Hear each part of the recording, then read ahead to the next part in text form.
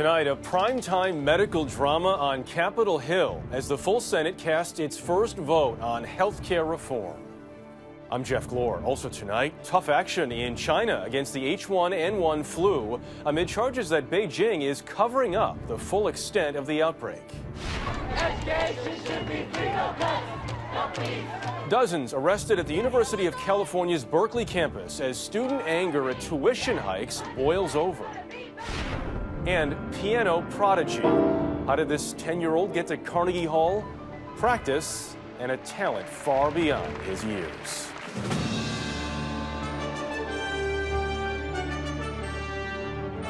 This is the CBS Evening News with Jeff Glor.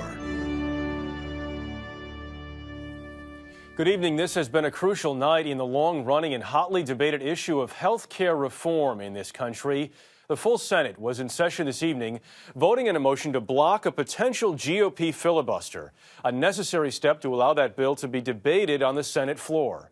Kimberly Dozier is standing by in Washington. Jeff, today's vote wasn't actually about content. This was just about getting the bill discussed by the Senate. And Democratic leader Harry Reid got the 58 votes he needed from the Democratic Party, plus the 2 independents. Senators streamed in for another Saturday session right before the Thanksgiving holiday, much like the late-night Saturday vote in the House 2 weeks ago. America deserves a debate on health care reform. Not a single Republican agreed. If I were to outline all the problems in this 2,000-page bill, we'd be here till Thanksgiving.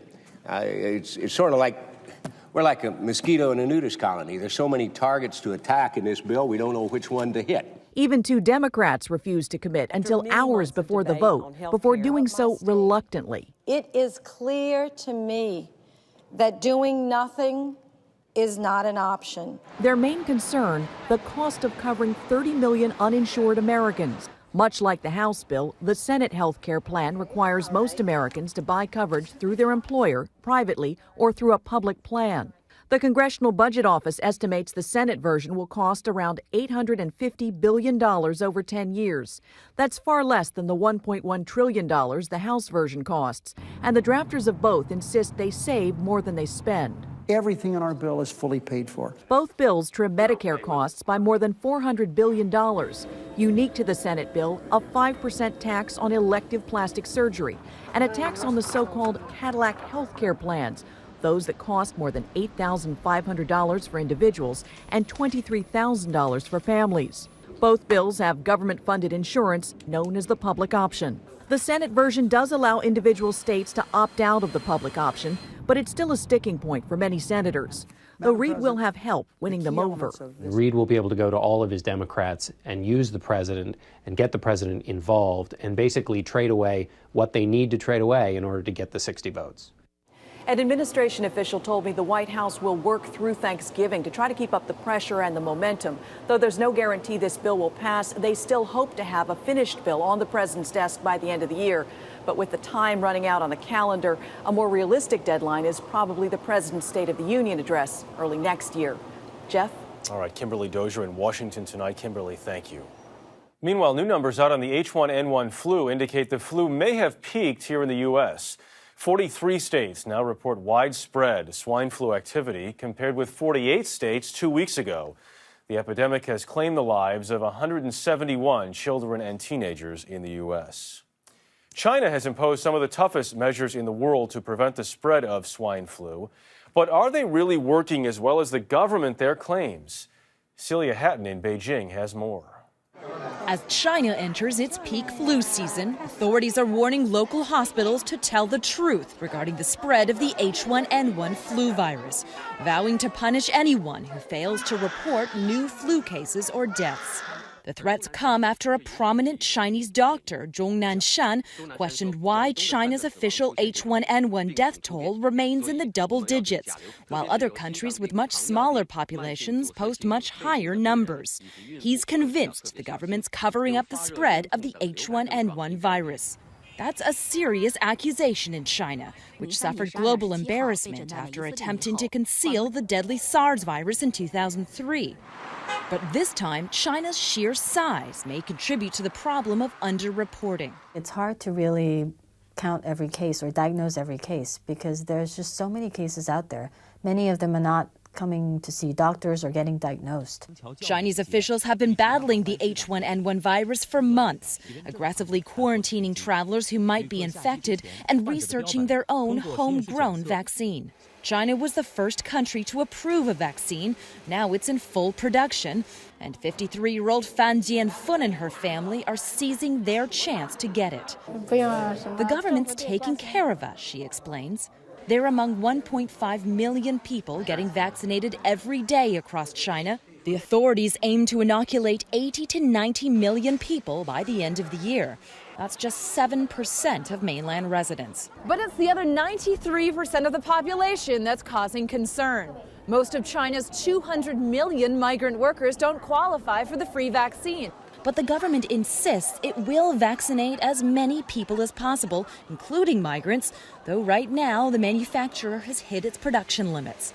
And that means there's not enough vaccine to go around. But that doesn't worry some. We've been through SARS, says this man. The flu is nothing. So far, there's little evidence the H1N1 virus has taken a deadly toll in China. But there could be many more tears if the true count and cost of the outbreak is being concealed. Celia Hatton, CBS News, Beijing.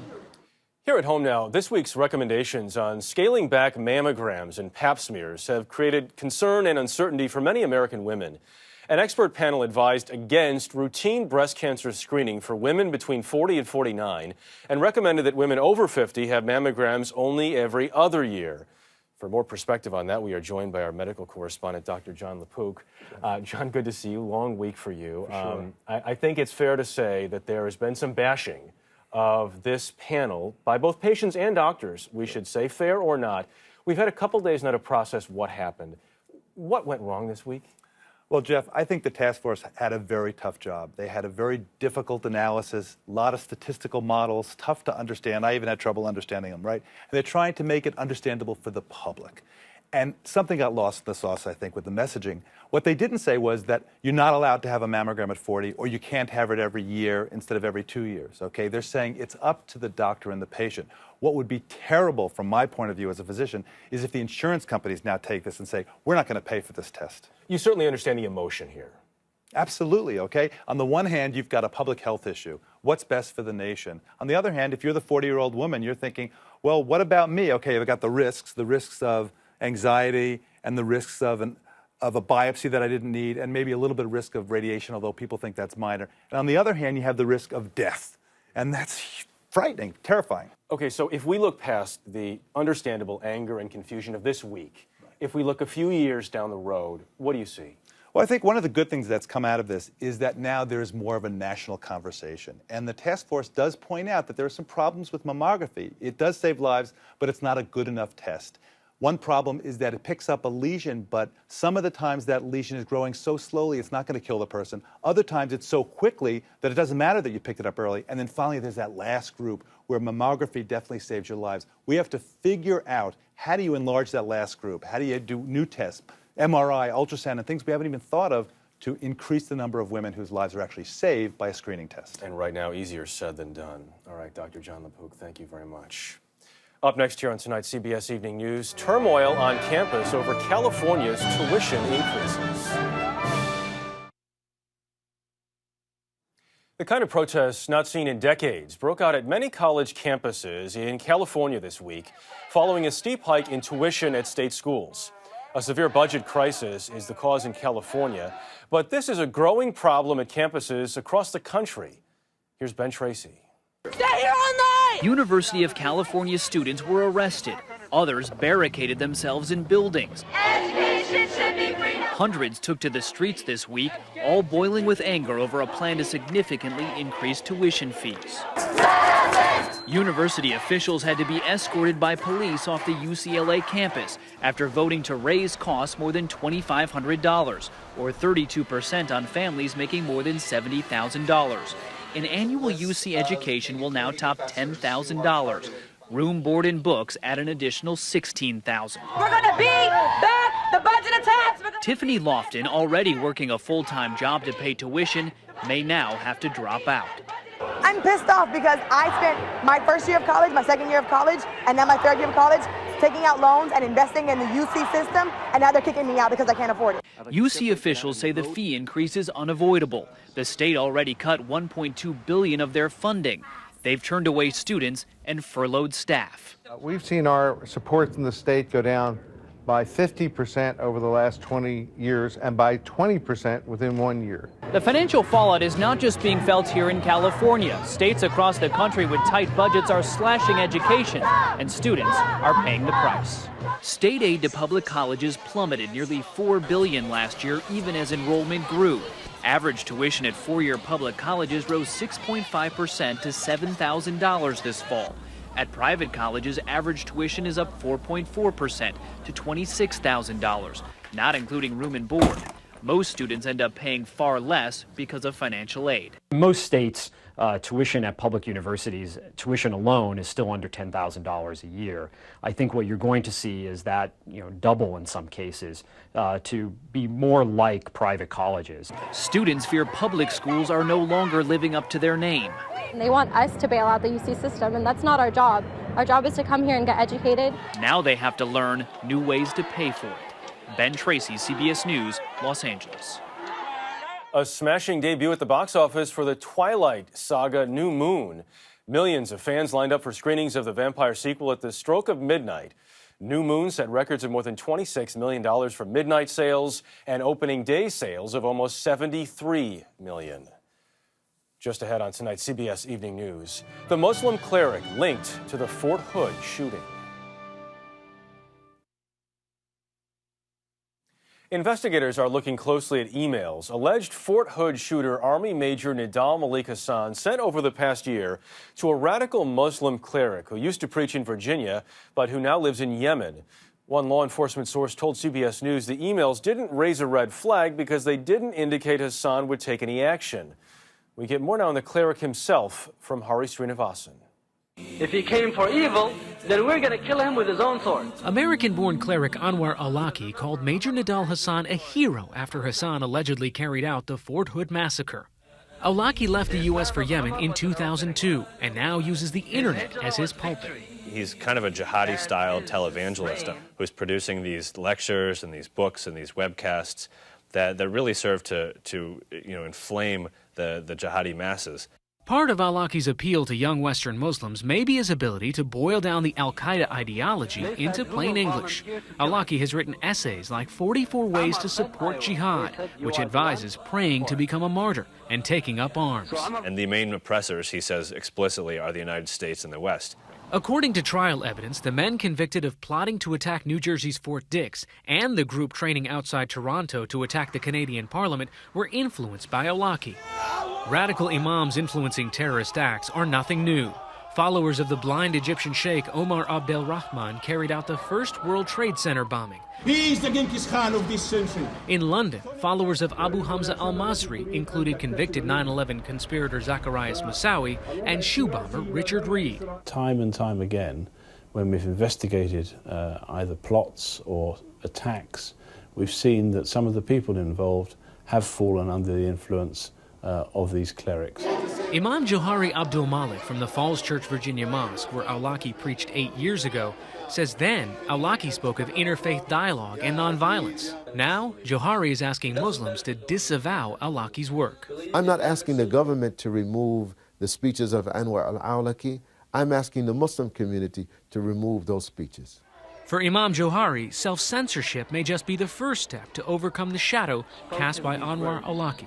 They are bad actors. They do share at least the label of our faith, and as a result of that, we have to take some of the hits, but this too shall pass. Hari Srinivasan, CBS News, New York. Coming up on tonight's CBS Evening News, after the Pope invited Anglicans to become Catholics, their religious leader visited Rome today for a much-discussed meeting. We'll tell you what happened. Italian prosecutors called today for a life sentence for Amanda Knox, the 22-year-old American student who's on trial for the murder of her British roommate, Meredith Kircher. In her response, Knox called the accusation, quote, pure fantasy. A verdict is expected early next month. At the Vatican, Pope Benedict met today with Archbishop Rowan Williams, the leader of the Anglican Communion. Everything was polite for the benefit of the cameras, but the growing rift between the two shows no signs of narrowing. Sheila McVicker has more. Thank you for your hospitality, Your Holiness. There were handshakes in public, but at a moment of increased tension between Catholic and Anglican churches, the Pope and the Archbishop of Canterbury spent barely 20 minutes in private conversation. Rowan Williams presides over the worldwide congregation of Anglicans, about 80 million people, including more than 2 million Episcopalians in the United States. His church is divided over issues of homosexuality and gender. The 26th presiding bishop. Some Anglicans object to the ordination of women and gay men as priests, and now their election as bishops. Last month, Pope Benedict offered disaffected Anglicans the opportunity to convert to Catholicism, but retain some of their own traditions, like married priests. To the Archbishop, that came out of the blue. The Vatican has been accused of poaching. Vatican officials insist the Pope is merely reaching out. Anglican priest Christopher Pearson is one of those seriously contemplating Rome's offer. You know, the things that we have taught and the life we have lived and the gospel that we have proclaimed has been continually either rejected or not wanted. The Archbishop called the Vatican's offer the elephant in the room, but he made a point in Rome of saying his church was not going to backtrack on the ordination of women. Anglican church activists like Christina Reese welcome the direction their church is taking. Anglicanism is moving in one direction on the issue of women's ordination, and the change, I think, would have to come from the Vatican. This Pope has made clear he will not budge on the issue of women as priests, even as he works to unify the Christian churches. Sheila McVicker, CBS News, London. In England's Lake District, record rainfall has led to deadly flooding. A police officer was killed when a bridge collapsed. Helicopters and lifeboats rescued hundreds of people trapped in their homes by the flood waters. Up next on tonight's CBS Evening News, how a little boy with very big dreams found his way to Carnegie Hall. Finally tonight, everyone knows it takes years of practice and a very mature talent to reach Carnegie Hall. Everyone except a young pianist from California and the music lovers who simply cannot hear enough right now. Bill Whitaker has his story. Don't worry, there are more coming. Mark Yu is just a little boy, a 10-year-old who loves toy pigs, but this little kid has big dreams to match his outsized talent. Of course, I still want to be a concert pianist, and I wish I can play with important orchestras. We first introduced you to Mark a year ago, a piano prodigy from the suburbs of LA who could barely reach the pedals and had to stretch his tiny hands to span the notes. But even at the tender age of 9, he was going places. To London's renowned Royal Albert Hall, to be exact, where last year he performed with his idol, Chinese concert pianist Lang Lang. It was really exciting. It's every musician's dream. A dream he's had since age 3 when he told his mother he wanted to be a concert pianist. Now he's 10. My technique is much better than 1 year ago. And now both of my hands can reach an octave. And now he's reaching rarefied atmosphere, Carnegie Hall, his name on the marquee with his idol, Lang Lang. He's dreamed of playing there, well, most of his life. It's like looking at the moon, and how am I going to get there? And the answer is always what my mother said, practice. So, for the last year, it's been practice, practice, practice, and one last practice on the stage at Carnegie Hall before the crowds flocked in. And on this night, practice made perfect.